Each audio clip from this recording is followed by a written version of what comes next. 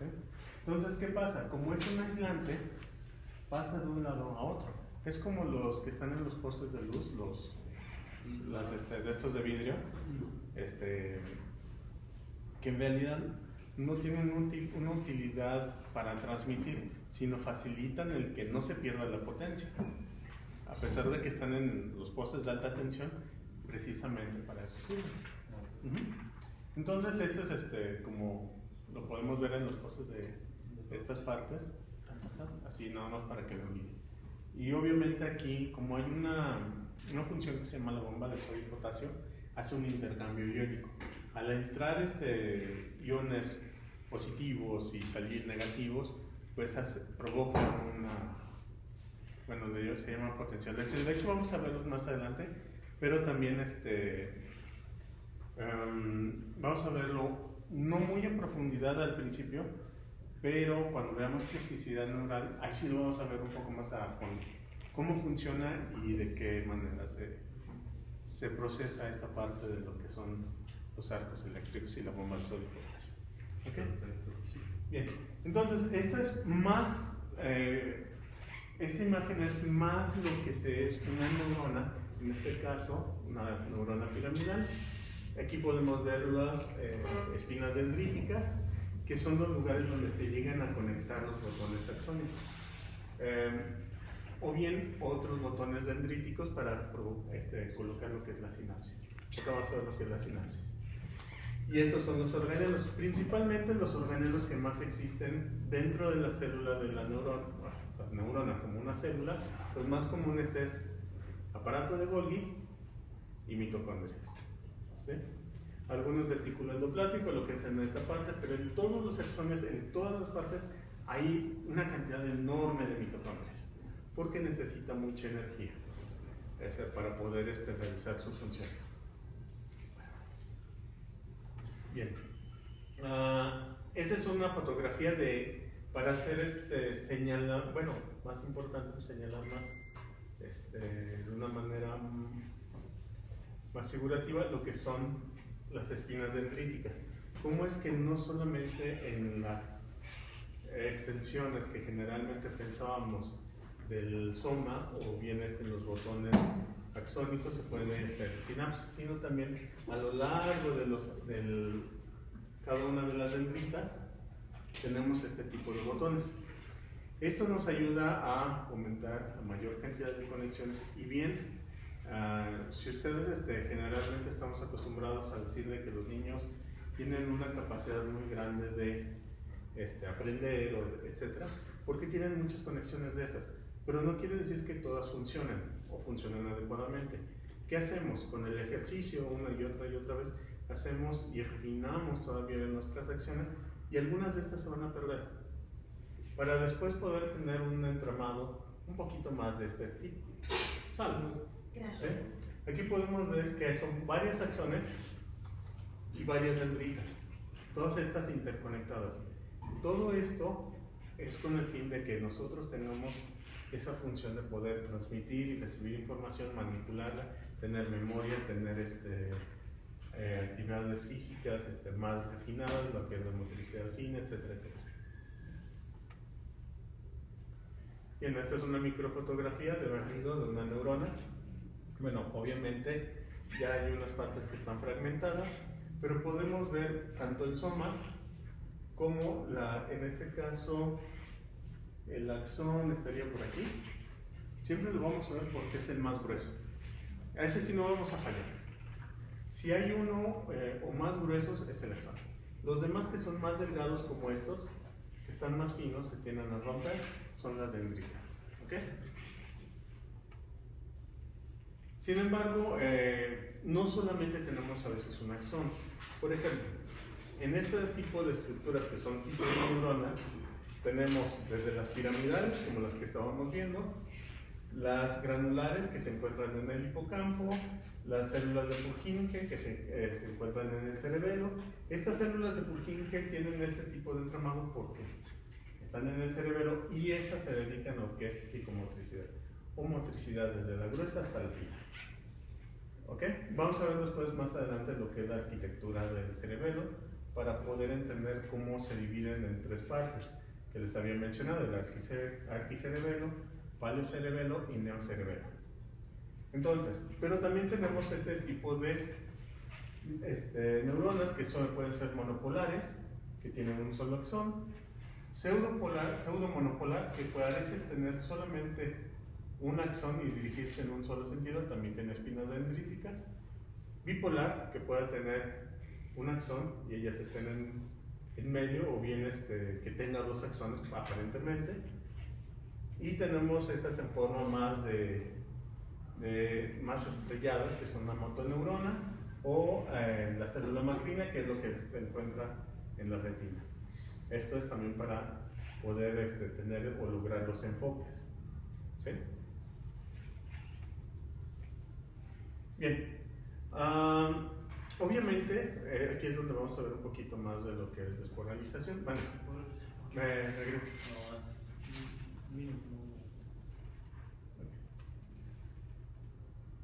No sé, ¿tienen alguna pregunta sobre estas? Los esquemas, tipos de neuronas. ¿No? Bien. Vamos a ver más adelante cada una de ellas, cuál es su función cuando tengamos que revisarlas de acuerdo a por ejemplo, qué patología puede proceder. Cuando hablamos de neuronas motoras, cuando vayamos a ver el sistema neuromotor, vamos a ver qué tipo de neuronas son y podemos entender cuáles son. Pero es importante primero saber que hay varios tipos. ¿Sí? ¿Ahora sí? Sí. Va. Gracias. Entonces, cuando hay una despolarización de la neurona, quiere decir que la neurona ya tiene un polo, ¿sí? Conserva una carga eléctrica. A eso se refiere una despolarización. Quiere decir que va a cambiar su polo eléctrico, y al haber ese cambio, ese flujo de electrones va a provocar un cambio en los iones que se encuentran adentro y afuera, y esto provoca lo que se llama un potencial de acción. Aquí, bueno. Estas células, las otros tipos de neuronas que tenemos son células gliales, que pueden ser los oligodendrocitos. Estas son las que producen las bandas de mielina. No son células de Schwann, estas son otro tipo de células. Las oligodendrocitos son células dedicadas a producir bandas de mielina. Tenemos las primarias, que son receptores, células de Schwann, ahora sí. Astrocitos, que generalmente son de sostén y también para mandar y recibir información, pero también es el transporte activo de sustancias y alimento hacia otras neuronas. La microglía, que también se encuentra entramada, como pueden ver, no tiene un polo exacto, sino tiene demasiadas dendritas. Ok, antes se creía que estas no tenían una función de transmisión de información. Sin embargo, recientemente se ha encontrado que algunas de la microglía, algunos, no los oligodendrocitos, pero sí varios astrocitos, sí comunican información. No es tan eficiente como las otras neuronas, pero sí lo hacen. ¿Cuándo sucede esto? Cuando necesitamos recordar cosas, cuando necesitamos evocar situaciones, o bien en situaciones específicas para poder hacer una transmisión. Incluso, por ejemplo, aquí en vasos sanguíneos, si se constriñe o no se constriñe. ¿Sí? También en este caso los astrocitos ayudan a la vasoconstricción. ¿Sí? Vasoconstricción. Sí. Por ejemplo, cuando te lastimas, te cortas, sangras, ¿no? Uno de los sistemas de la coagulación es primero la vasoconstricción. ¿Qué es esto? Cerrar lo más posible el vaso. Generalmente si es un vaso venoso. Los vasos venosos tienen menos fibrina y menos fibras, las cuales mantengan abierto el haz de la vena. En este caso son muy flexibles. Ustedes los pueden ver cuando aquí en las manos, ustedes cierran así y se empiezan a hinchar, pero la sueltan y se dejan hinchar. Ahora, incluso cuando tienen la presión baja o tienen una baja de glucosa, también tienden a desaparecer. Esto es porque se vasoconstrigen. Si le paso una navaja y me corta esta, sano o enseguida se tapa? No es enseguida, sí funciona, pero como es un músculo, entonces lo primero que va a hacer es constriñir el haz de la luz. No va a ser lo mismo que lo tengas así, el haz de la luz muy grueso, que lo tengas a la mitad, por ejemplo. Entonces ya hay una cantidad menos de sangre que puede salir. Obviamente hay otros 7 factores de la coagulación, que se encuentran las plaquetas, el fibrinógeno, fibrina, lo que es el potasio, etcétera, etcétera. ¿Sí? Entonces, y se desencadenan en cascada. Así que cuando se empiezan a formar de la fibrina, del fibrinógeno a fibrina, pues empieza a ser como si fuera un chicle caliente. Es cuando están en el acero y cómo se pega por todo. Entonces, así funciona. Básicamente es eso. Llega un chicle y se empieza, por la misma presión, se empieza a hacer como unas redes, empiezan a formar un taponamiento temporal, porque es temporal. Después viene otro factor de descoagulación, que es precisamente ayuda a limpiar las venas ya que están reparadas. Entonces así funciona la coagulación. Y lo más importante es que las células de neuroglial, que son los astrocitos, ayudan a la vasoconstricción y también informan de que hay un daño. Entonces es toda una cadena de acciones que suceden en el cuerpo para poder cerrar una vena, ¿sí? O una vaso capilar, lo que sea. ¿Sí? ¿Sí? Bueno, la que sigue. Ok, ahora sí. Regresando a lo que es la sinapsis ya las había visto Ramón y Cajal, el físico-culturista, neurólogo, fisiólogo español. Sí, no es que está físico-culturista, parecía Saruman. Entonces, no sé si más. Entonces, él ya había visto que había conexiones entre neuronas. Y esto, pues bueno, tiene muchos nombres. Sin embargo, Sheffield, él sí las bautizó como sinapsis. Y esta sinapsis está caracterizada por estas conexiones entre dos neuronas. En realidad es el espacio que se encuentra entre un botón sináptico y un botón receptor, ¿sí? O el receptor sináptico y el emisor, ¿sí? Bien, bueno, aquí está. Esta es la definición. Es una unión especializada entre una parte y la neurona de contacto. De hecho, tenemos en el fondo el botón sináptico del emisor y este es el receptor, ¿sí?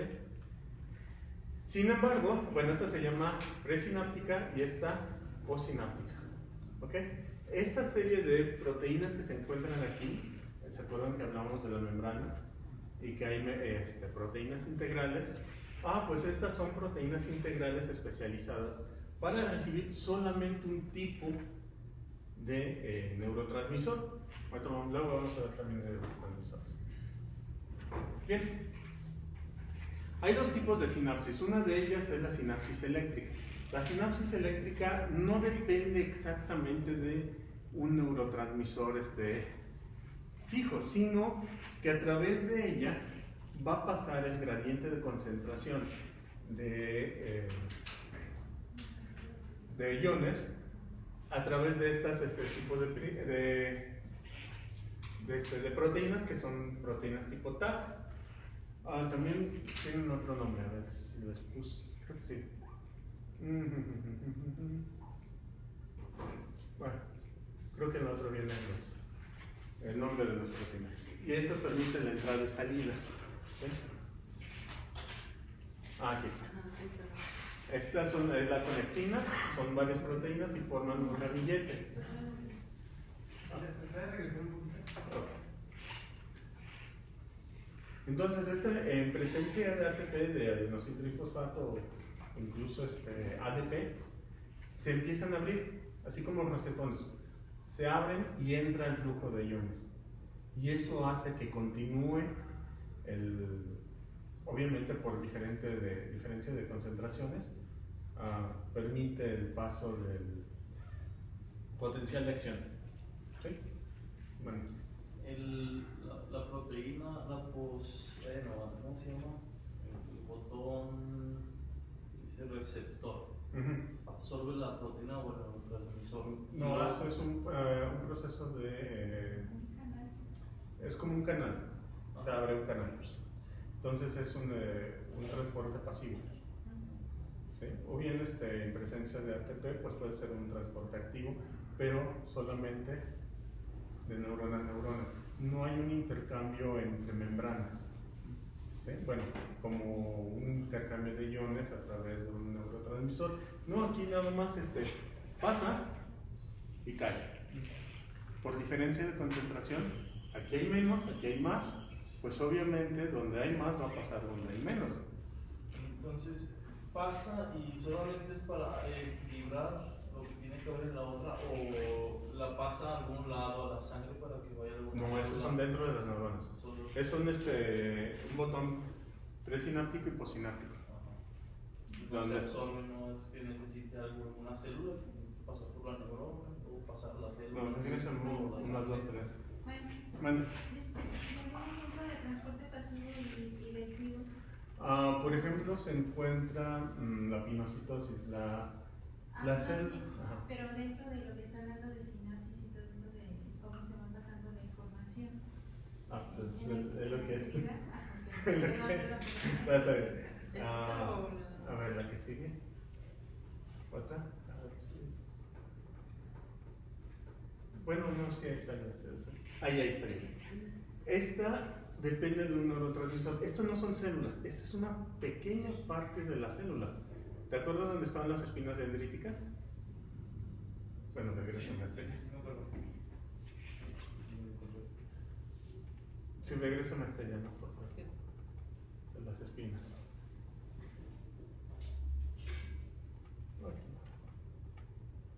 Sí, es un poco lento. Ahí está. Bueno, ahí está bien. Bueno, ya está. Ahí está. Bueno, esta es una dendrita, ¿eh? Esta es una neurona, primero. ¿Ok? Esto parece ser el axón, que a lo mejor es bipolar. Sin embargo, todas estas son dendritas. ¿Ok? Cada dendrita, según un acercamiento, es esto. Es una parte de una neurona. Y cada una de estas espinitas puede ser un botón presináptico o postsináptico. ¿Ok? Entonces aquí tenemos, incluso aquí tenemos otro brazo dendrítico que tiene una conexión con una de estas, o dos, o varias. ¿Ok? Entonces, así lo tenemos.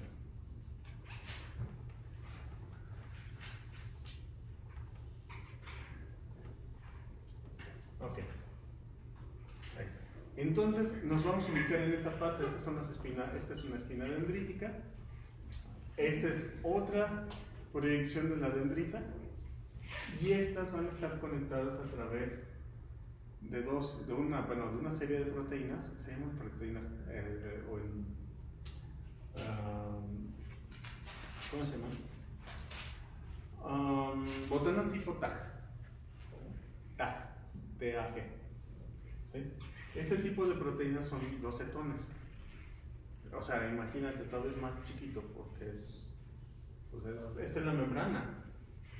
Esta es la proteína que es integral. Entonces, ¿qué pasa a través de ellos? Mira, aquí está. Célula 1, célula 2. Están virtualmente conectadas nada más. ¿Sí? A través de estos. Se abren en presencia de ATP, energía. Se abren y dejan pasar la concentración. Aquí hay mucho sodio, aquí hay poco sodio. Donde hay mucho, por ósmosis, por transporte pasivo, etc. Donde hay más concentración, incluso cuando ustedes hacen café, supongamos, ponen una cuchara de café, inmediatamente no se disuelve, ¿verdad?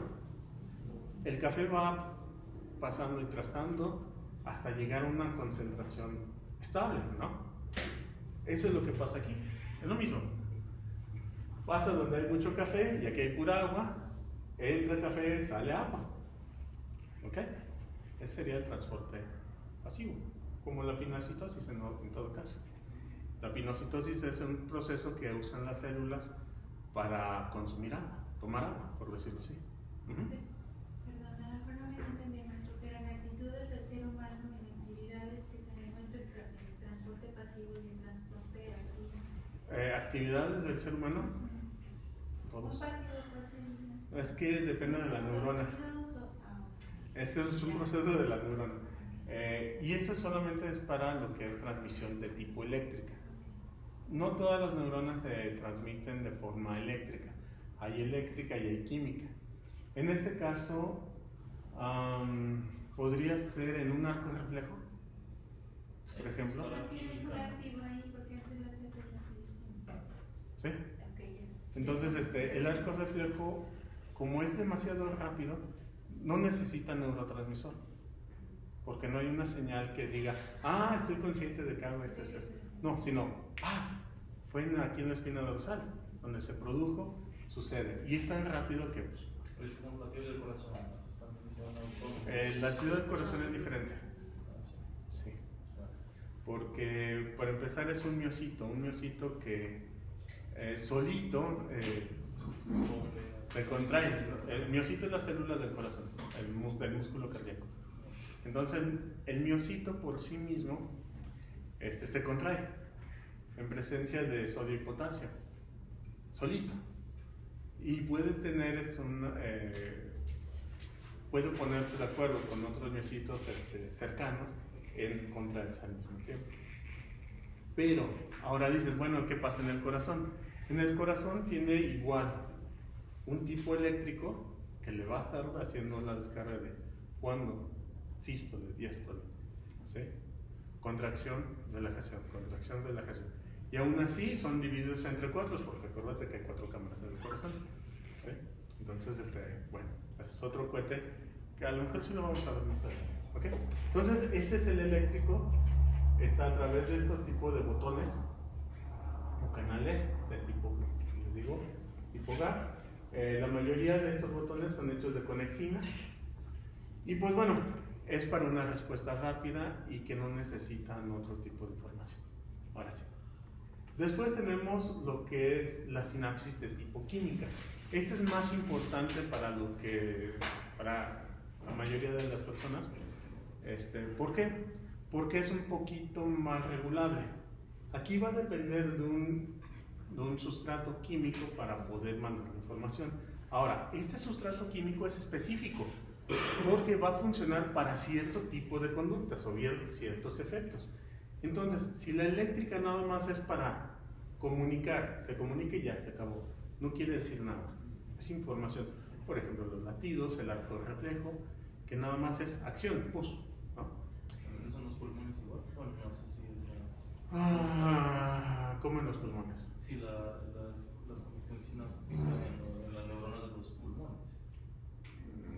Pero ese es más voluntario de la conciencia. Entonces, creo que no. Sí, no. Acuérdate que hay varios tipos de músculo, va a depender. Como tú no lo ordenas, bueno, hay unas cosas que ordenas y otras cosas no. Por ejemplo, el acto de respirar es voluntario, pero lo puedes pasar en automático, porque no necesitas estar consciente de estar respirando. Por ejemplo, cuando estás dormido. Entonces, sí se puede prender y apagar, tiene 2 tipos de sinapsis, por ejemplo. ¿Sí? Pero el músculo que contrae, en este caso los órganos, es liso. Por ejemplo, los intestinos, los movimientos peristálticos son totalmente involuntarios y no puedes dominarlos. ¿Sí? En este caso, como músculo, va a seguir haciendo su trabajo, por lo tanto es una sinapsis de tipo eléctrico generalmente, porque no necesita otro tipo de información más que tiene que hacerse. El cerebro bueno, no es el cerebro, sino el mesencéfalo va a dar la información para que siga, nada más. Más no quiere decir que tenga un significado, a diferencia de la sinapsis química que sí tiene una forma de significación y de adecuación a ciertas circunstancias, porque puede ser que las mismas neuronas estén conectadas y tengan diferentes tipos de neurotransmisores a la vez. Entonces va a depender de qué acción es para que funcione, ¿sí? En este caso, por eso se necesita una llave química. Por eso.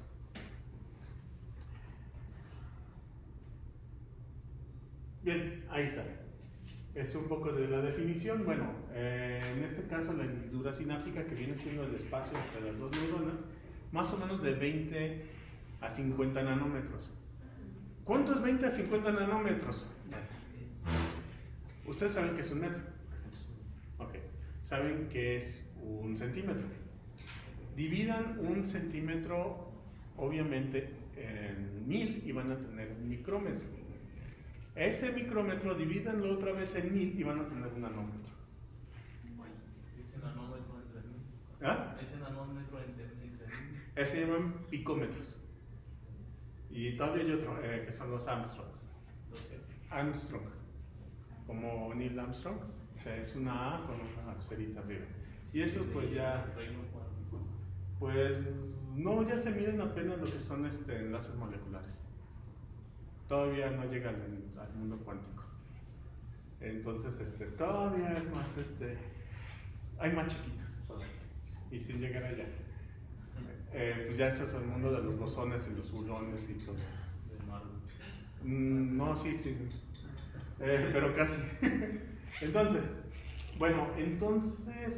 a diferencia de las uniones eléctricas, todavía son un poquito, o la separación a veces es un poquito más grande. Sí, es un poco más grande. ¿Por qué? Porque vamos a depender de la caída, la concentración y también la recepción. Así tal cual, se va a dejar caer. Llegan las vesículas, como si llevaran la basura, la vierten, la dejan caer. Y pues ahí están abajo, pues esa basura eran puros iPhone. Entonces van a ver quiénes les gustan los iPhone, pues van a agarrar los iPhone. Y pues otros que dicen, es Huawei, pues quienes son coleccionistas de Huawei, pues van a agarrar Huawei. Entonces es lo mismo, es muy parecido. ¿Ok? Entonces, además de que encontramos todos esta función química, tienen varias funciones. Aparte de que es mucho más estable, hay una diversidad de información en este tipo de llaves químicas. También la velocidad suele ser más rápida en cuanto a información consciente, ¿no? Porque si fuera una eléctrica sería muy confuso, porque una eléctrica no tiene información extra a partir de las neuronas, sería un poco confuso. Bueno, ¿qué más? En la porción presináptica de la sinapsis también elemento presináptico. Generalmente es una terminación axónica y llega generalmente hacia lo que es el soma. Más o menos en un diámetro de 50 nanómetros y son a través de vesículas sinápticas. A ver, ¿qué vamos a ver? Aquí está. Muy bien. Perfecto. Buenas tardes. ¿No tengo el apéndice? Ahí casi es el... Bueno, rápido, chicos, me presento. Mi nombre es Félix. Soy el encargado de los diplomados. Ahí les pido una disculpa por lo que pasó el viernes pasado. Fue una situación que a todo... Bueno, me quedó de sorpresa. Ahora sí que con cuestión de salud no pude asistir el viernes pasado. Pues ahora sí que me he internado y tuve una operación, pero ya, aquí estoy, como si nada. Entonces, igual, más que nada les quiero dar la bienvenida a su diplomado. Recuerden que tiene duración de 4 meses. Hay muchos chicos de aquí que son por egresar o que ya son egresados. Al término del diplomado se les debe entregar su diploma firmado por parte de la universidad y sellado. Recuerden que ese diploma tiene validez para la titulación y valor curricular. ¿Vale? También es importante sus pagos van a seguir siendo en efectivo y va a ser conmigo. ¿Vale? Entonces, un ejemplo, obviamente el siguiente pago será en junio, creo que el 15 cae miércoles, si no me equivoco. Ahí el pago lo haríamos el jueves, ya de ahí ya se cobrará un recargo de 100 pesos solamente. ¿Vale? También para que estén conscientes, porque el otro diplomado pues se me hacían muy chonchos y se me tardaban bastantes. Y aparte ahorita ya me están pidiendo con cooperativo, entonces para que también tengan consciente de sus pagos. ¿Va? Entonces, ¿alguna duda que tengan? Ahorita vamos a trabajar de esta forma los jueves, ya nomás quedarán 6 clases más, profe. 6 más. 6 más, ya nos rezamos los viernes, ¿vale? Entonces se les encargó muchísimo y aprovechen este beneficio del diplomado, que la verdad es para ustedes es una opción para titularse mucho más rápido. ¿Vale? Entonces, cualquier cosa, estamos en contacto por vía el grupo WhatsApp. Yo voy a estar aquí dando mis vueltas esta semana sin ningún problema. ¿Vale? Entonces, ¿ninguna duda? ¿Seguros? Va, muy bien. Listo. Sale. Los dejo. Gracias. Gracias. Hasta luego. Gracias. Gracias. Bueno, esa es la anatomía de lo que es una sinapsis. Ustedes pueden ver en la parte del soma, que se forma en lo que es el botón postsináptico, la punta de una dendrita o de una espina dendrítica, que viene siendo el botón presináptico. Obviamente vamos a encontrar una gran cantidad de mitocondrias y una cantidad enorme de vesículas, ¿sí? Aquí alrededor va a estar también adentro lo que es el aparato de Golgi y retículo endoplásmico liso generalmente ya.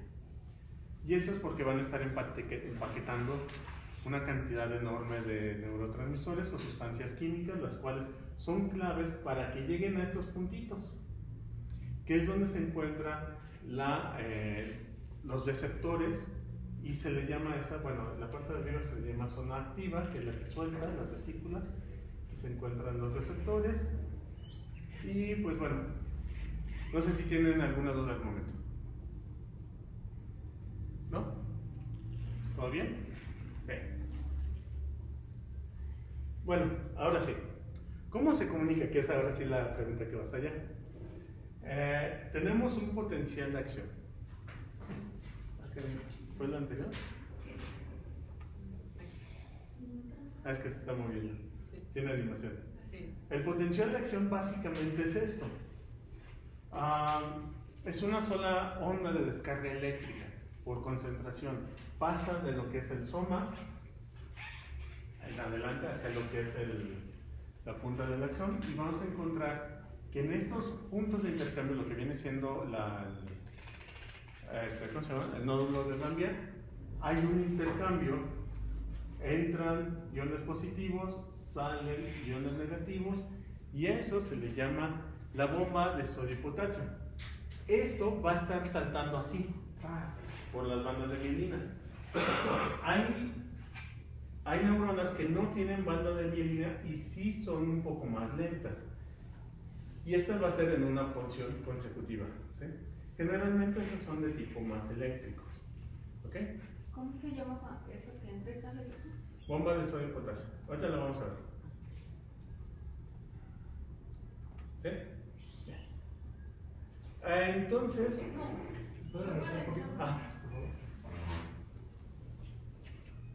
Dice un potencial de acción es una onda de descarga eléctrica que viaja a lo largo de la membrana celular, modificando su distribución de carga eléctrica.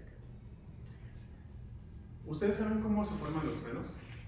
¿Los qué? Los rayos. ¿No? Los rayos, frenos. No.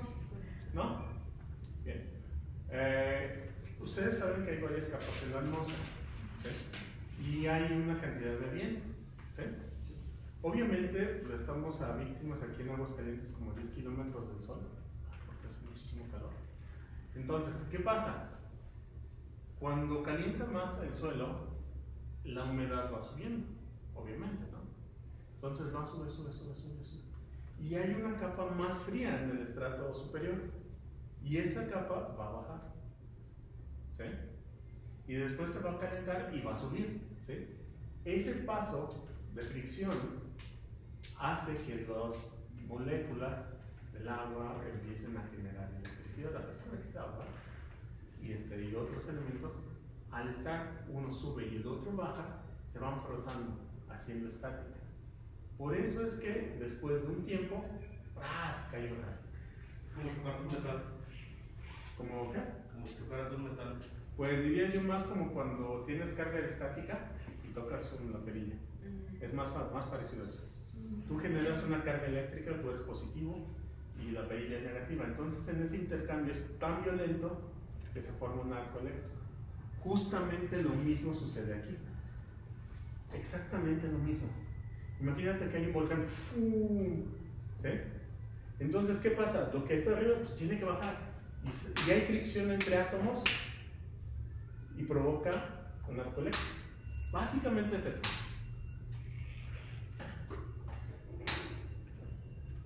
Y bueno, este tipo de arcos eléctricos es la transmisión de información.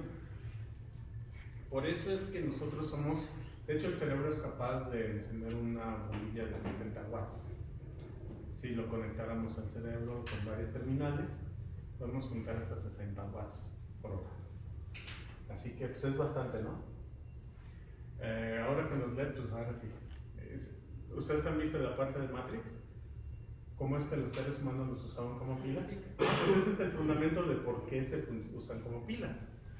Obviamente, como no se mueven, no ven, no oyen, solamente es una cuestión artificial, se induce y siguen generando arcos eléctricos para seguir comunicándose. Y eso se aprovecha para poder, bueno, según Matrix, ¿no? Pero bueno. ¿Sí? ¿Pasa? Pasa. Ah, ok. Aquí está.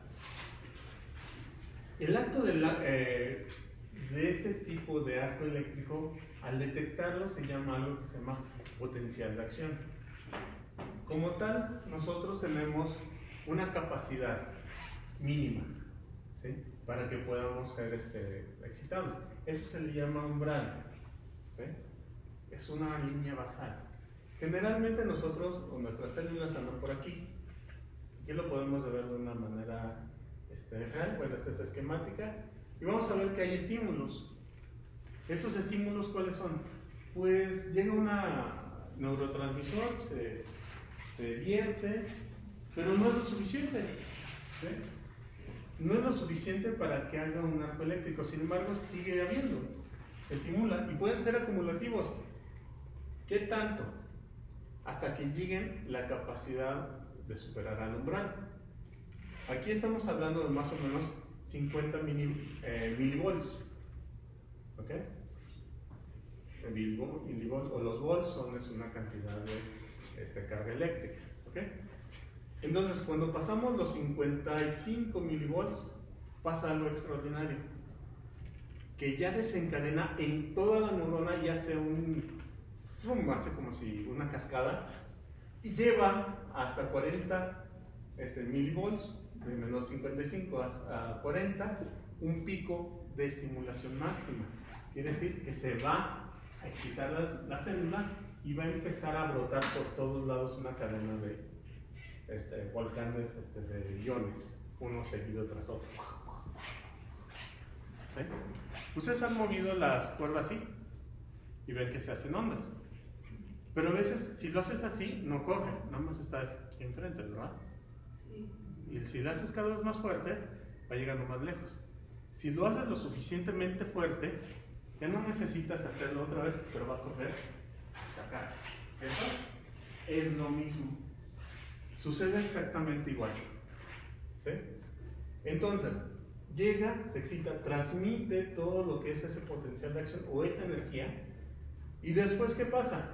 Llega a un estado más abajo de lo basal, que es lo que es la fase de refracción, que viene siendo cuando se agota. ¿Sí? Imagínense, levantan las pesas y luego, ¿verdad? Es lo mismo. Hasta que lleguen a una situación ya más normalizada. ¿Sí? ¿Alguna pregunta, duda? ¿No? Bien. Ay, me falta tantito.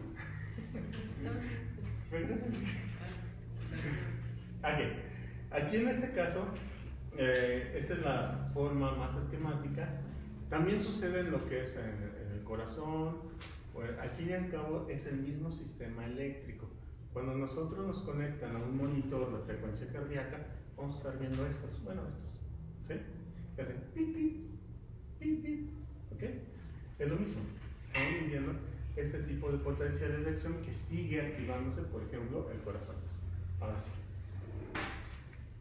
Ahora, ¿cómo funciona esto? Esto es a través de la bomba de sodio y potasio. ¿Cómo funciona esto? Antes que nada tenemos, durante todo el axón, este tipo de proteínas integrales. Estas proteínas van a depender de la deposición de ATP, por aquí al lado.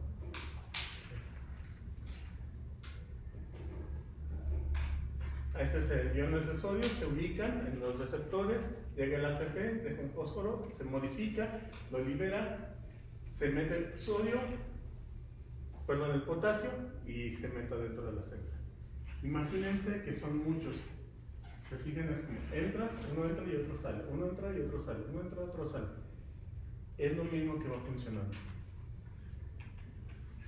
¿Sí?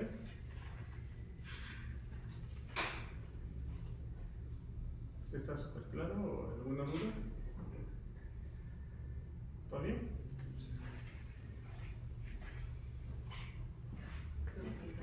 ¿Sí? No, quería leer la demostración. Perdón.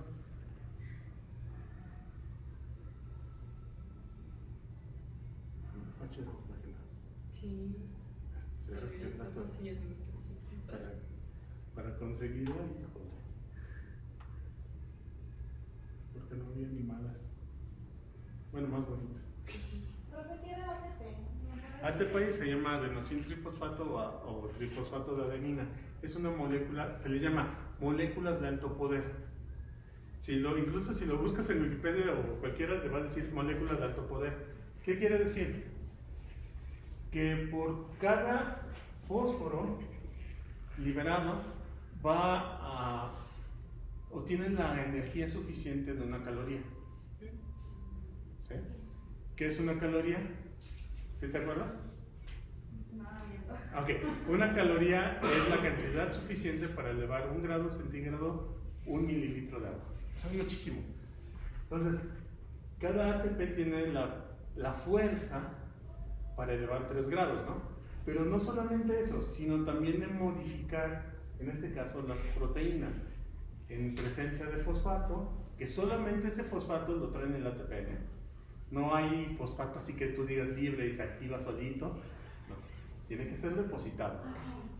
Ahora imagínate, no es por azar, muchas veces el ATP se encuentra aquí, se está liberado y se presenta. Hay muchas cosas misteriosas, la verdad, porque aquí dices, bueno, ¿y cómo llegó ahí? ¿Quién se lo llevó? ¿Cómo? Obviamente, en donde se encuentra, se ubica, hay un receptor especial en el cual se hace que se fije el fosfato, se libera una molécula de agua y se despega, ya produce una caloría. Después se despega otro porque se vuelve a fosforilar y se puede oxidar y se modifica otro de las proteínas. No, es un relajo. Si más a fondo es algo maravilloso, la verdad, porque te quedas así, ¿cómo lo hicieron? ¿Y de dónde vino? Generalmente, ahí te va una. Hay enzimas que se llaman transportasas. Estas transportasas llevan moléculas de un lado a otro, que también funcionan con ATP. Bueno, ahí funcionan con ATP y otras con FADH, que es flavin, nicotin difosfato, sí, que también son moléculas de alta energía. Funcionan algunas de esa forma para poder transportar pues lo que sea, porque incluso hay proteínas que, no sé si vieron una imagen en Facebook, que es una proteína llevando una bola de fútbol, que va caminando así. Pues por cada movimiento es un ATP, y es una transportasa, y eso es para llevar si no me acuerdo de hacer un neurotransmisor. Creo que eso, o es para la replicación de ADN. No me acuerdo. También. Porque hay RN y RNA, hay ADN y hay RNA, y el RNA hay 3 tipos, y ribosomal, de transferencia y el mensajero. Entonces van llevándose unos a los otros, y está fantástico. Y todo esto es transporte activo, ¿no? Ese es transporte activo. Todo eso es transporte activo porque necesita energía. Solamente el transporte pasivo es el que es por difusión. Incluso hay difusión activa, difusión pasiva. Sí, entonces uno dependiente de energía y el otro no. Sí, ahí está suave. Bien, ahora sí. Bien, neurotransmisores. Perdón, neuroreceptores. Sí. ¿Qué hay con neuroreceptores? Pero, bueno. Neuroceptores. Creo que lo escribí mal, eran neurotransmisores. Pero ahí está. Aquí está. ¿Qué es el neurotransmisor? O bien, primero, antes que nada, y cuando se descubrieron este tipo de transmisión de información, que es la sinapsis química, descubrieron que los neurotransmisores cerebrales generalmente había 3 tipos. Unos eran los aminoácidos, otros eran aminas y otros eran péptidos. ¿Por qué son importantes diferenciarlos? Porque a cada uno hay una acción diferente. ¿Sí? No vamos a llenarlos ahorita de todas las acciones químicas de la vida por haber. Estaría padre, ¿verdad? Pero no sé si algunos se quedan con. No, ya me perdí, ¿no? Pasa. Entonces, ¿sí? Salud. Salud. Buenas noches.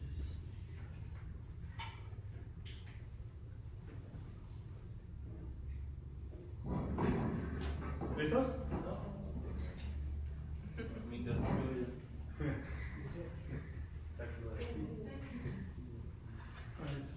Aminoácidos, aminas y péptidos. Ok. Aminoácidos y aminas. Aminas son radicales. Se le llaman radicales porque es como terminan en su composición química. Los péptidos son varios aminoácidos. ¿Saben qué son los aminoácidos? Aminoácidos, no, son famosos. Ok. Dentro de las biomoléculas tenemos carbohidratos, lípidos y proteínas, ¿verdad? De las proteínas tienen 4 configuraciones: la primaria, secundaria, terciaria y cuaternaria. Bien. Pero si nos vamos a la más sencilla, que es la primaria, que nada más es un churrito, y general pues es un churrito porque pues, es una cantidad de péptidos o bien aminoácidos. De hecho, los aminoácidos es la molécula fundamental de las proteínas. Entonces, un conjunto de aminoácidos hace un péptido, ¿ok? Y un conjunto de péptidos hace un polipéptido. Y un conjunto de polipéptidos hace una proteína de formación primaria. Ya ve que los que van al gimnasio les toman antes un aminoácido, químico que se llama aminoácido, para crear la energía. Porque para crear proteína. ¿Para crear proteína? Sí, es diferente. Porque tú cuando estás haciendo un trabajo, tú lo que vas a hacer es masa muscular, ¿no? ¿Cómo? Tú lo que vas a hacer en el gimnasio es masa muscular. Pretendo. Bueno, ese es el chiste, ¿no? Ok, pero los músculos no se reproducen. No hay más.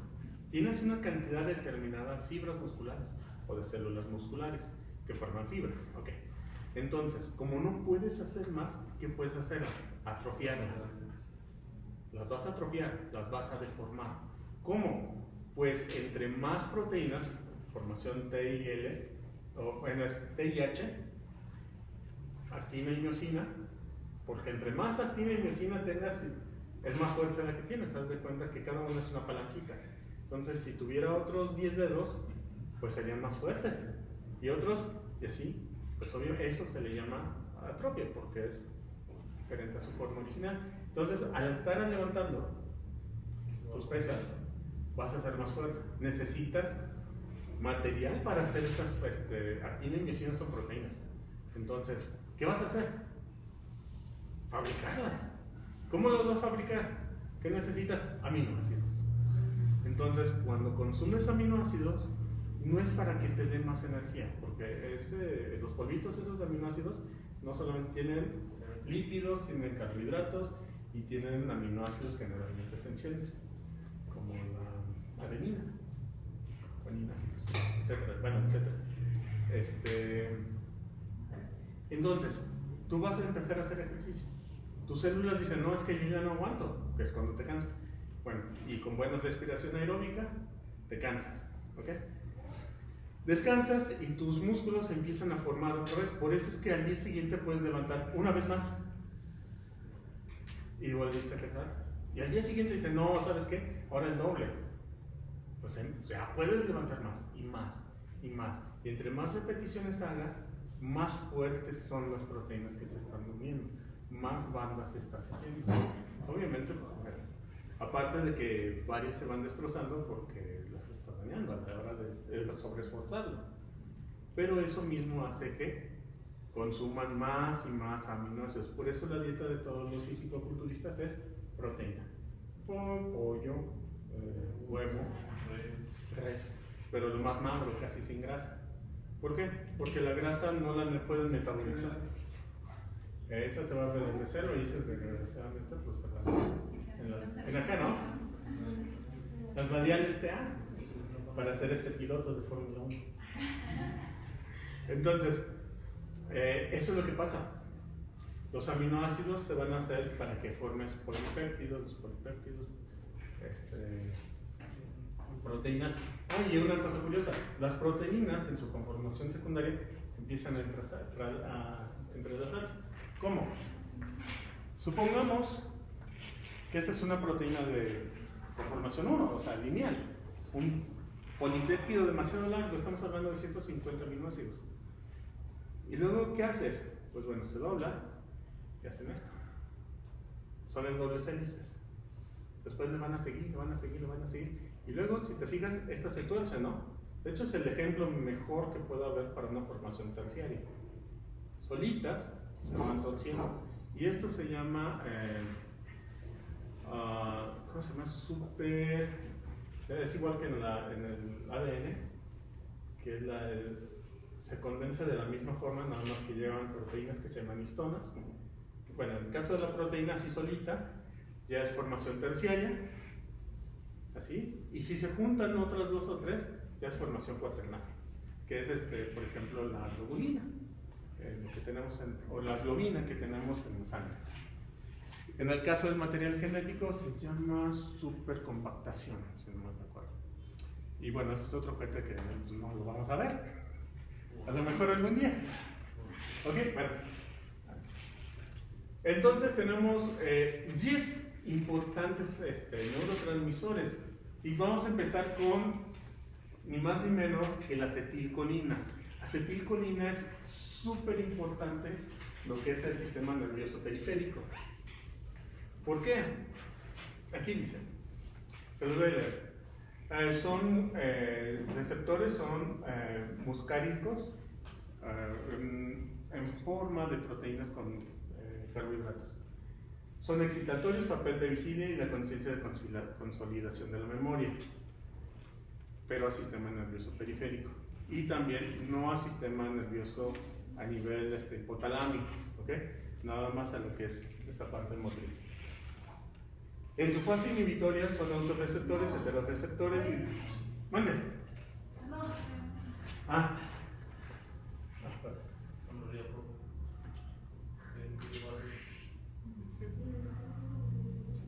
Ok. Sí, ¿verdad? Yo por eso hice dibujitos. La acetilcolina viene de dos terminaciones. Uno acetilo, que es de hecho es un éster, y un compuesto de nitrógeno, que es una amino. Creo que dice aquí amino, ¿verdad? No lo dice. Bueno, excita, aumenta la liberación del neurotransmisor de papel de dependencia a la nicotina. Por eso es que es importante la acetilcolina, también lo que viene siendo en cuestiones de adicción. Pero no es el único. El más importante ahora sí que, y vamos a dedicarnos mucho tiempo, va a ser con este, el GABA.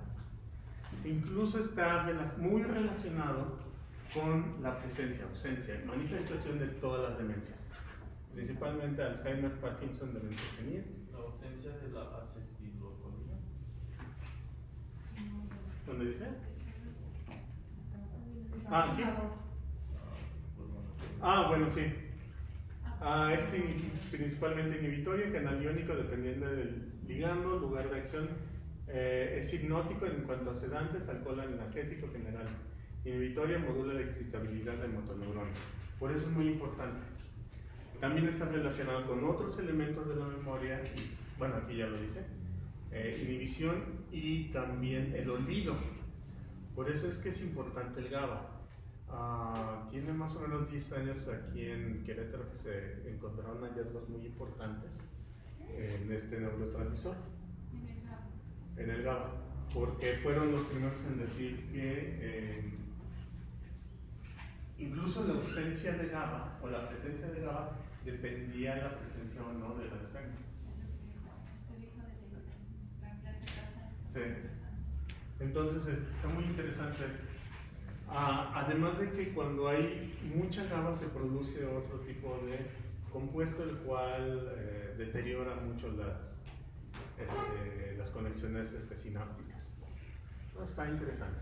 Después tenemos la glicina. Su fórmula química es un aminoácido muy chiquitita. Y en este caso es sensible a la estricnina, es inhibitoria a niveles más altos en la médula espinal, generalmente para lo que son receptores NMD.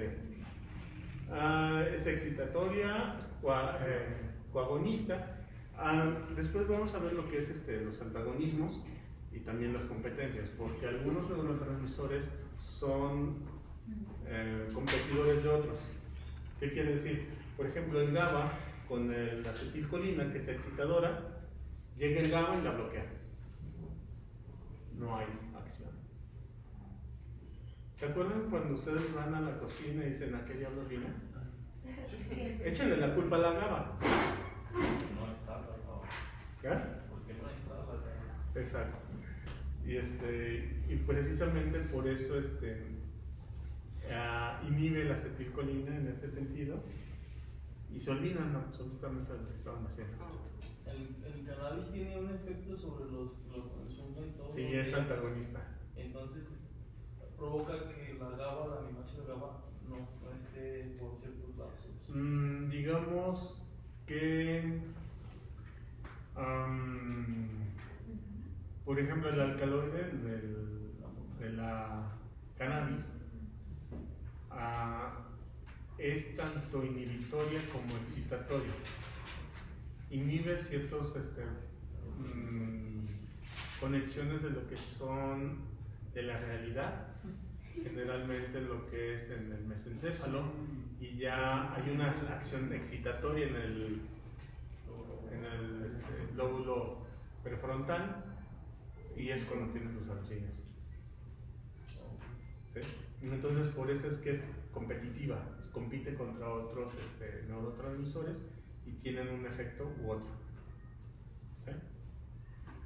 Luego tenemos el glutamato, que en este caso estos son muy importantes. También el GABA y el glutamato son importantes porque ambos se encuentran en los receptores NAMDA y AMPA. También se relacionan con los K, que es el potasio. Es excitatorio, conciliación de la memoria, excitación neural, ahí está. Inhibitoria del papel del procesamiento talámico sensorial. Después tenemos la dopamina, que todos la creemos como, ¿no? Es la del placer. Pero en realidad es la serotonina, pero bueno. ¿Es la serotonina? Es la serotonina. Es la del amor, la que se produce cuando ves a tu bebé recién nacido o a tu perrito bonito. Por eso, en vez de esa es la serotonina, más de la felicidad. No tanto de la excitación, es más de la euforia. Porque Como una catarsis de alguna emoción. También la dopamina es calmante, ¿no? La Sí. serotonina es más activa. Perdón. No. Ok. Bueno, la dopamina como tal es excitatoria y inhibidora en algunos receptores que disminuye la liberación de dopamina, reduzca las descargas neuronales, depende de dónde se encuentra. ¿Sí? Y por eso dicen, no, es que es la del amor. No, es que no es exactamente eso, no es tan fácil. La dopamina y serotonina tienen buenos buena relación y es del afecto o bien de la afectación, porque el afecto no existe. ¿Ok? Quienes estaban en el diplomado anterior ya saben qué es lo que es afecto. Mi afecto no es el, ay, te quiero mucho. Ay, sí, mi vida. No, eso no existe. Es una interpretación social. El afecto es que te afecta. O sea, que te hace algún efecto hacia ti, no otra cosa. Así que cuando dicen que la psicología tiene una de sus partes es la afectiva, pues sí, se nota que estudiaron en Facebook. Sí, la verdad, hay que ser sinceros. O sea, lo dicen como algo general, te afecta, pero es porque te afecta a ti. En la parte social, en la parte cognitiva, en la parte emocional. Ah, bueno, entonces si es emocional, entonces ya vamos por ahí. Pero bueno, vamos a ver. Después tenemos, ¿vale? ¿No? Las aminas biogéneas, que es la histamina como tal, ya la han escuchado. Se produce mucho en infecciones alérgicas, es una, si no me recuerdo, de ser excitatoria, sí. Libera muchos neurotransmisores también, o ayuda o facilita la liberación de otros tipos de neurotransmisores. ¿Para qué? Para que tengan ciertas acciones motoras. ¿Como cuál? Cuando tienen alergia, ustedes toman algo que se llama, o tienen catarro, el malestar se llama histamina. La histamina no es más que libera moco. Al contrario, es rico, proteínico, lúcido, viscoso. Pero también no se produce pues cuando despiertas. También, bueno, en este caso, en el sistema nervioso central es la regulación de ciclos circadianos. Sí, y cuando te despiertas, y obviamente te sientes como cucaracha porque ya te despertaste, es la histamina. Bueno, no sé, a lo mejor no tiene que ver, pero o sea, también a veces cuando te despiertas por eso también como que moqueas, o sea, es como... Sí, es por eso. Okay, ya, Exactamente, es por eso. Incluso, aunque no moquees, tienes la sensación de resequedad si estás bien o estás normal, te da una sensación de resequedad porque no liberas tanta histamina y necesitas fluir, necesitas más contacto. Por eso es que, no sé si a ustedes les ha pasado en estos días también, que son muy calurosos, tienen secas las mucosas y es porque les falta histamina.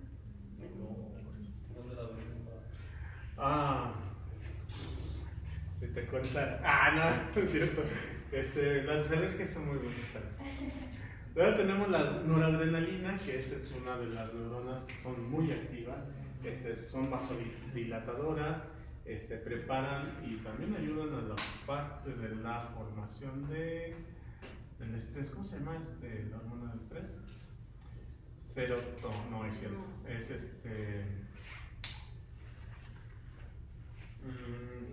Es como la que te inyectan cuando te lastimas. Cortisona. Es ¿cómo se llama? No. Se parece a la cortisona. Cortisol, gracias. Que es la hormona del estrés. La noradrenalina viene después de lo que es el cortisol. Viene después del cortisol. El cortisol te va a preparar para un estado de estrés. El estrés se llama noradrenalina. Porque la noradrenalina te va a dilatar los vasos sanguíneos, vas a liberar cantidades enormes de energía, te vas a vas a volver Superman, todo lo que quieras. Esa es la noradrenalina. Y el cortisol te va a preparar para que esto suceda. Va a guardar energía, va a empezar a estar preparando del glucagón a glucógeno para poderse activar y entonces después soltar la ¿Adrenalina o adrenalina? ¿O es la misma? Son muy parecidas la adrenalina y noradrenalina. La noradrenalina, bueno, químicamente son muy parecidas. Nada más que estas, digamos que tienen la misma función, pero ¿qué podría ser? Digamos, la adrenalina como que ya está en función y ya está transformado. ¿Sí? O sea, primero la adrenalina y luego el cortisol. No, primero es el cortisol, luego la noradrenalina y luego la adrenalina. Pero así como que van seguiditos. Y el cortisol tiene una acción mucho más postergada, porque después de que se libera la noradrenalina, se activa la adrenalina, o bien ambas neurotransmisores, lo que va a pasar es que se vuelve a activar el cortisol, y por eso es que después de hacer mucho ejercicio, ¿qué haces? Te caes al suelo y lloras. Buena parte. ¿Ah? Si comes, ¿qué pasa? Si como me da sueño. Te da sueño y eso te va a aumentar el cortisol y eso va a aumentar tejido graso. Vas a acumular energía. Entonces, ¿qué tienes que hacer después de hacer ejercicio? No, descansar. Enfriarte. Volver a hacer ejercicio para destensar músculos, para liberar ácido láctico, porque eso es lo que te duele después de hacer ejercicio, ácido láctico. Y al hacerlo eso, va a bajar la cantidad de cortisol, o mejor dicho, no se va a producir tanto cortisol para que después subas de peso.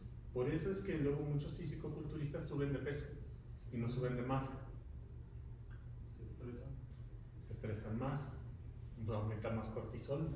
Entonces el cortisol te lleva hasta las nubes y te puede dar un infarto de puro cortisol. Ese es el problema. Cuando eres fisicoculturista, ¿qué haces? Haces ejercicio, pocas repeticiones, altos pesos. ¿Para qué?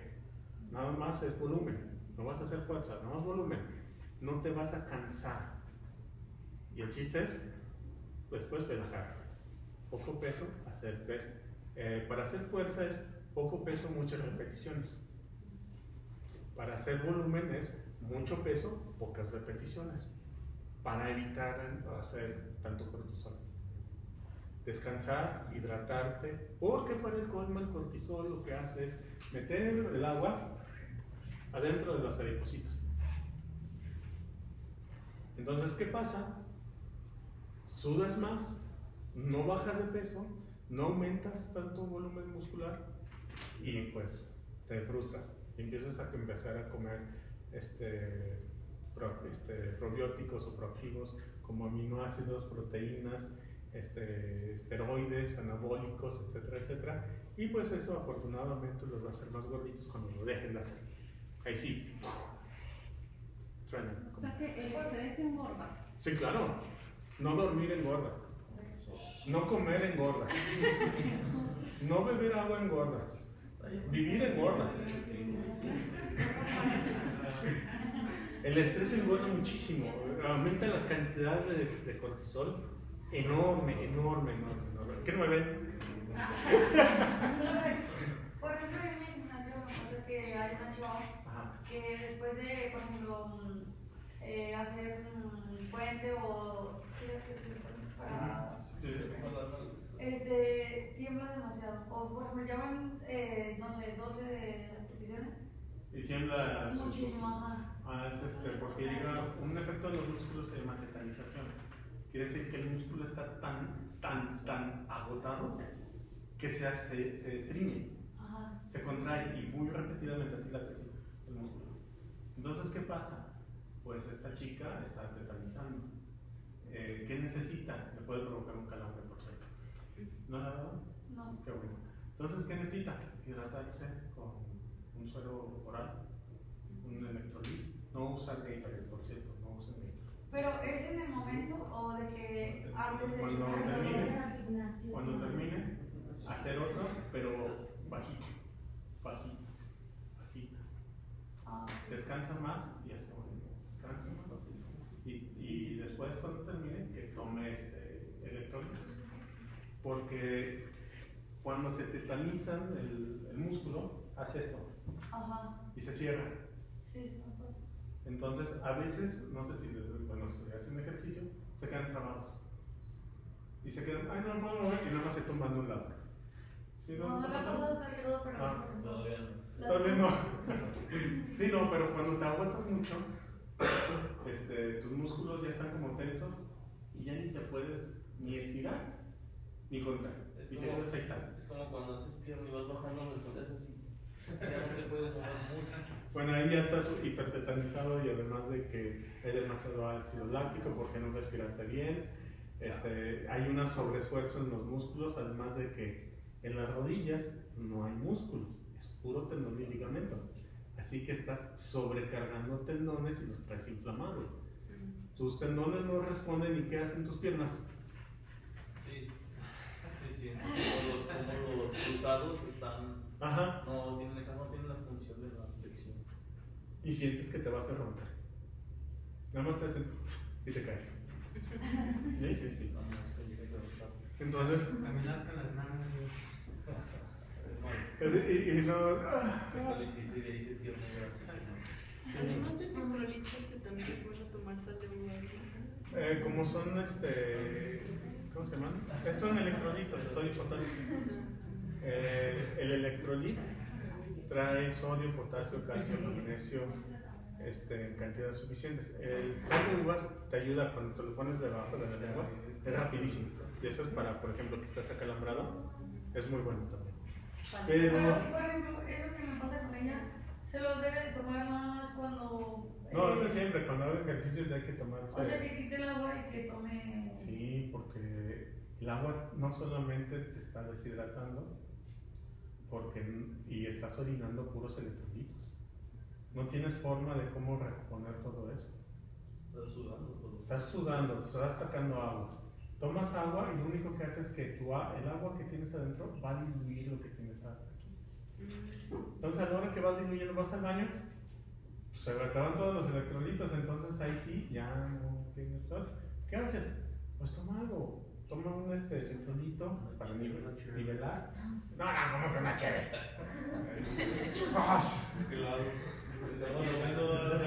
Bueno, que de hecho la cerveza es muy buena. Pero eso, por ejemplo, la cerveza se recomienda en los maratones y todo eso. Al final, sí, para compensar. Obviamente. Sí. Lo que pasa es que.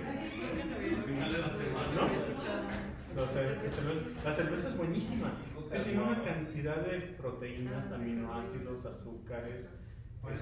No pisteamos, nos nutrimos. De hecho, además es muy sana. ¿Cuántas calorías tiene? ¿No? Es muy sana, o sea, obviamente depende de qué tipo de cerveza. Si quieren tomar Corona, mejor no tomen nada. Sí, Oscura. Modelo. Negra. Sí. Sí, no todas las cervezas, bueno.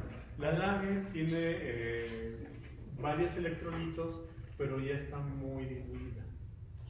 Una ámbar o una oscura es muy buena porque tiene bastantes proteínas, o proteínas. Incluso por eso es que hace crema, como le dicen, la espuma. Bueno, lo que es dentro de la espuma y la cerveza de ella que se llama crema. De hecho, no debe ser amarga. Es fuerte, pero no amarga. Y entonces, pues es lo mejor que puedo hablar. Obviamente después. Pero no dicen que engorda. No engorda, el que engorda es el que se lo toma. No, en realidad no. No, pero pues, la panza chilera, entonces, ¿de dónde viene? Fíjate que es bien chistoso porque esa panza chelera no es por la cerveza. Entonces, Porque te comes con la cerveza. O lo que no te comes con la cerveza.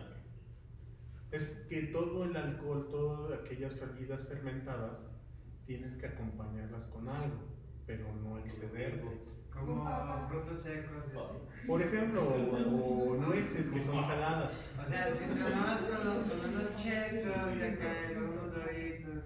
No, pues ahí sí. Ahí sí. Obviamente por eso es que tú vas a un bar y ¿qué te van a dar? No te dan generalmente. Cuando son los bares buenos, no te dan nada más puros chetitos y papitas, ¿no? A lo mejor es al principio. Pero te dan chicharrón, comidas, carnitas, verduras, chiles en nogada, te dan un montón de cosas. ¿Pero por qué? Porque te tienes que alimentar. Y además de que por eso es que se hace la panza chelera. Demasiada botana. Entonces, pues ese es el chiste. Entonces, la cerveza por sí misma no hace que engordes, sino a lo que acompaña muchas veces, si es muy grasoso, si son Hola. Les presento al doctor Adrián.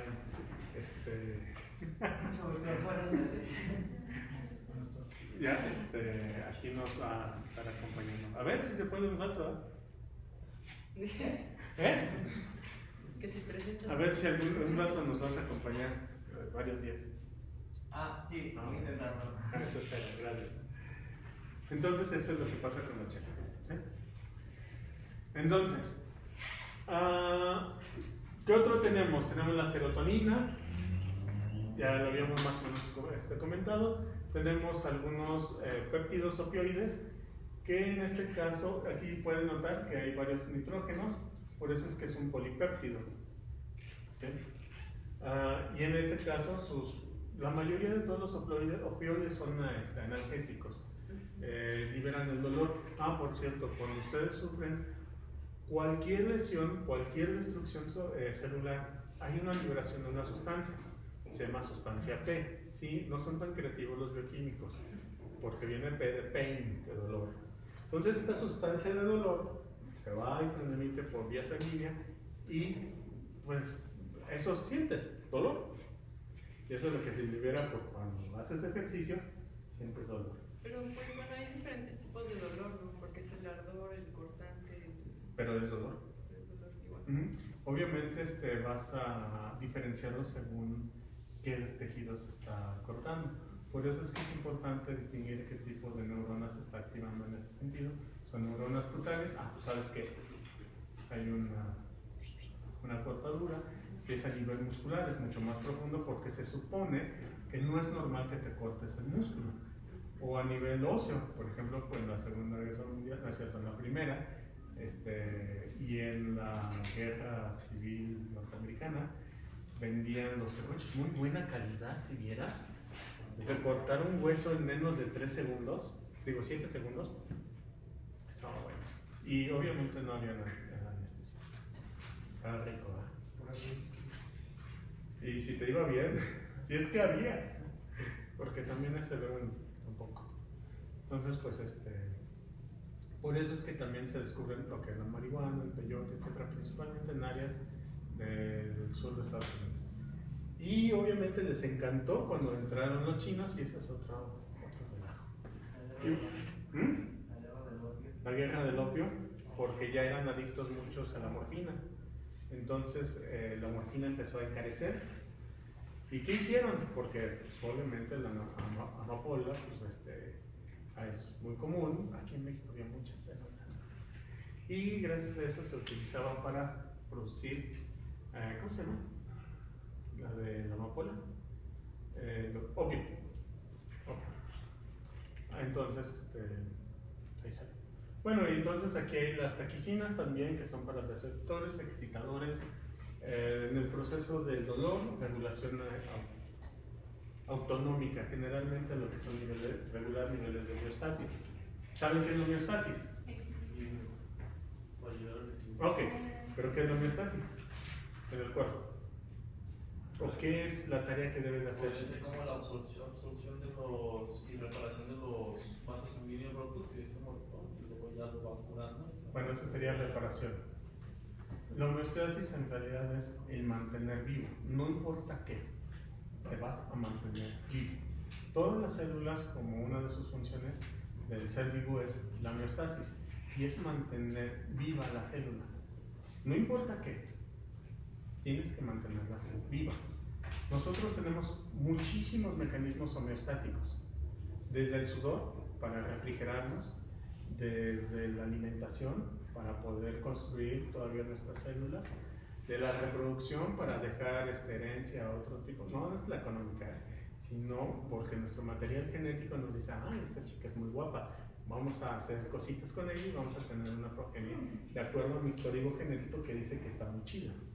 Como quien dice mejorar la especie. Por decirlo así, mejorar la especie. Por ejemplo, ahí dicen, ten cuidado, pero tener hijos con alintis propensa a diabetes, a algunas enfermedades crónico-degenerativas, pues no sería conveniente, porque los hijos van a tener con esta... Pero se reproducen, ¿no? Pero se reproducen. Sí. O sea, en realidad tú no es consciente, todos nosotros estamos a servicio y merced de nuestro código genético. Ustedes no tienen decisiones propias, una vez sepan bien. No pueden decidir. Simplemente su código genético está para decirles qué hacer, con fines homeostáticos. ¿Cuál es la única voluntad del código genético? Transmitirse.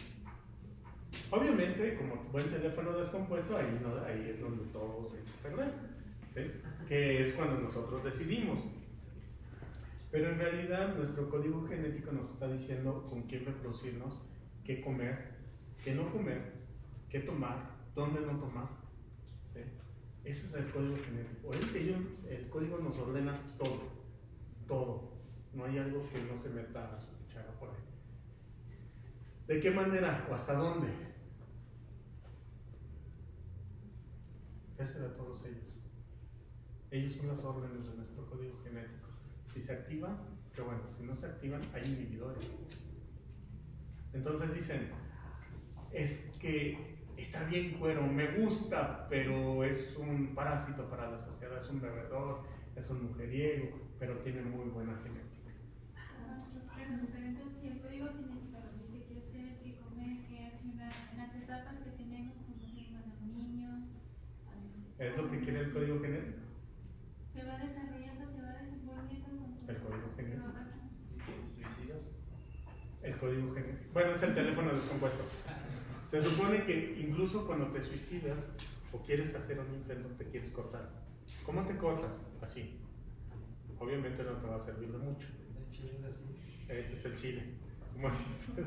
No lo digas. Es que nosotros todos debemos de saberlo para que prevenirlo. Incluso cuando estás cerca, no te permite tu propio cuerpo hacerte daño. Si tú te pellizcas, dices, me pellizco, pero vas a llegar un momento que dices, ya no me quiero pellizcar porque me está doliendo. El dolor es importante. Entonces, ¿quién está ordenando eso? El código genético. De una manera pasiva o activa, te está diciendo, no te lastimes. Sobrevive. Tengo hambre, ¿qué haces? ¿Eres capaz de comerte un brazo antes de morirte de hambre? Bueno, pregúntale a Deadpool. ¿Ok? Entonces, ¿El vio la 3? ¿No he visto que se coma ¿Deadpool? su brazo? No hay 3 de Deadpool. Yo que he visto que se coma su brazo.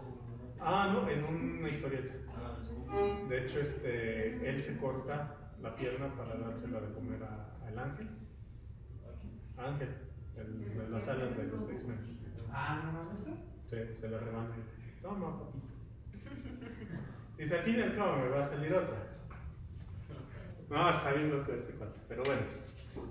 Entonces, ese es el chiste. Lo que nosotros destinamos en nuestras acciones, si bien son una parte de nuestras propias interconexiones neuronales, no hay algo que se llame voluntad. No hay una área que diga voluntad. ¿Verdad? Hay inhibidores de conducta, que es diferente a la voluntad. Que nosotros lo interpretamos como tal y esas otras cosas, etcétera, etcétera. Por eso es que generalmente no nos gustan nuestros hermanos ni nuestras hermanas. Podemos decir, está muy guapo, está muy guapa, pero no nos gusta. Y si nos gusta es porque es reproductible. ¿Te parece a alguien atractivo? Quiere decir, tiene buena carga genética como para hacer cositas. Y cuando es con mis primos y así. Bueno, ese ya es caso de Monterrey y genéticamente no hay ningún problema. Entonces, la capacidad de decidir también entra dentro del código genético. Entonces, no está el libre albedrío de. ¿Qué es el libre albedrío?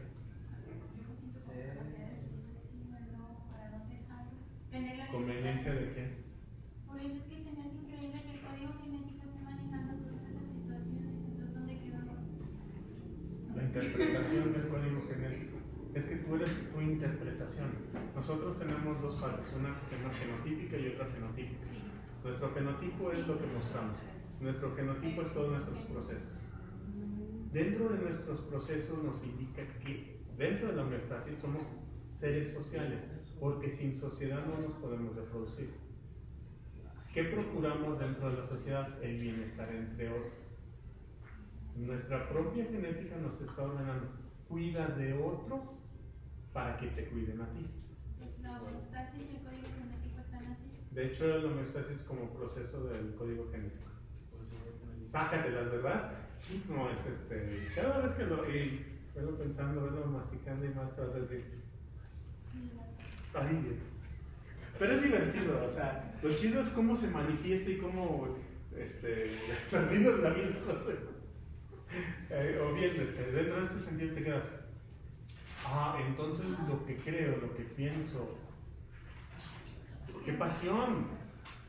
De hecho, ¿saben que tienen un gran mentiroso encima de sus hombros? El más grande de los mentirosos se encuentra aquí adentro. Porque ustedes están observando de acuerdo a sus instrumentos que tienen. Pero no quiere decir que estén observando la realidad. El cerebro está acomodando lo que se le presente para que sea aceptable, porque capaz que supongamos que existen los fantasmas, están aquí, hay muchas dimensiones, hay bichos, vemos bacterias, si los pudiéramos ver, ¿no les gustaría respirar? Sí, bueno, esa es una de las cosas que me intriga mucho la esquizofrenia, como un proceso mental que como un proceso fisiológico. Entonces está interesante. Bueno, entonces tenemos una gran lista de neurotransmisores como excitatorios, el glutamato, acetilcolina, la histamina, la dopamina, la norepinefrina, la epinefrina, aquí está, noradrenalina y noradrenalina. Los neurotransmisores inhibitorios, el ácido gamma-antibutírico, que es el GABA, la serotonina y la dopamina. Tenemos neuromoduladores, que estos son para modular la excitación y bien, ya sea aumentarla o disminuirla dependiendo de la necesidad que uno tenga, o bien que nuestra homeostasis está ordenando, como la dopamina, la serotonina, la acetilcolina, la histamina y la norepinefrina. Tenemos neurohormonas, que en este caso también somos esclavos de nuestras propias neuronas, ¿verdad? Porque hay edad de la calentura, ¿a poco no? Hay edades donde se te antoja más y hay temporadas donde se te antoja más hacer cositas que en otras. ¿Sí o no?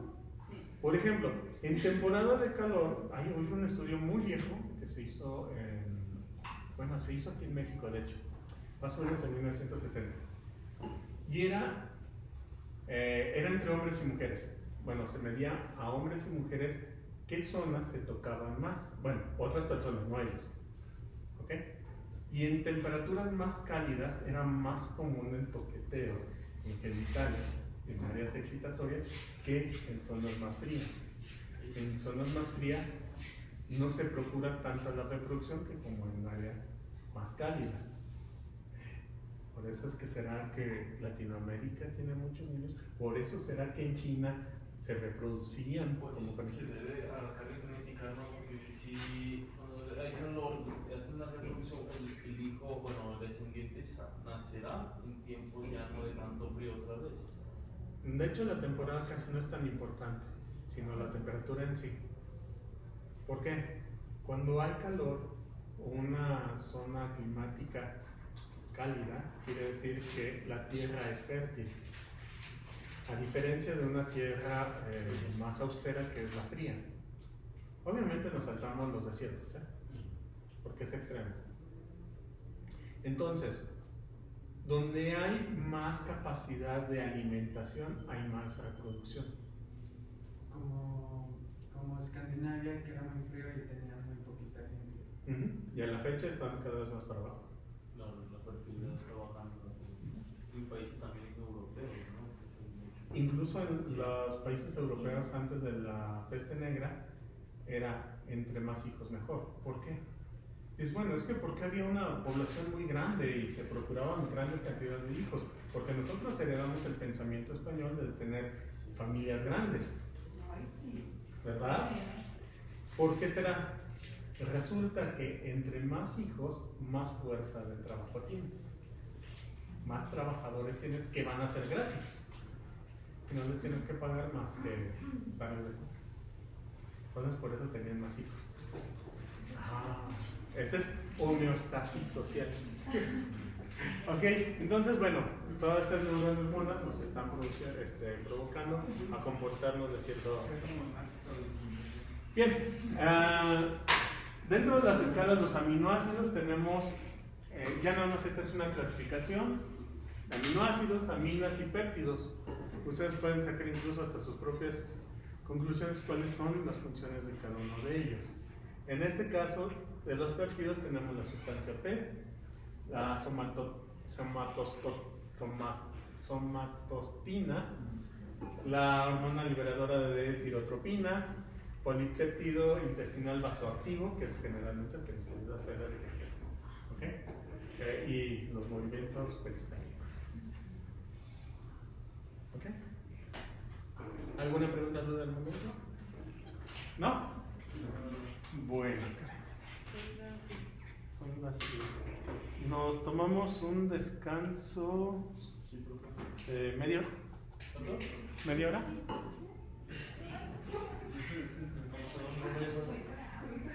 Ah, sí, pausa.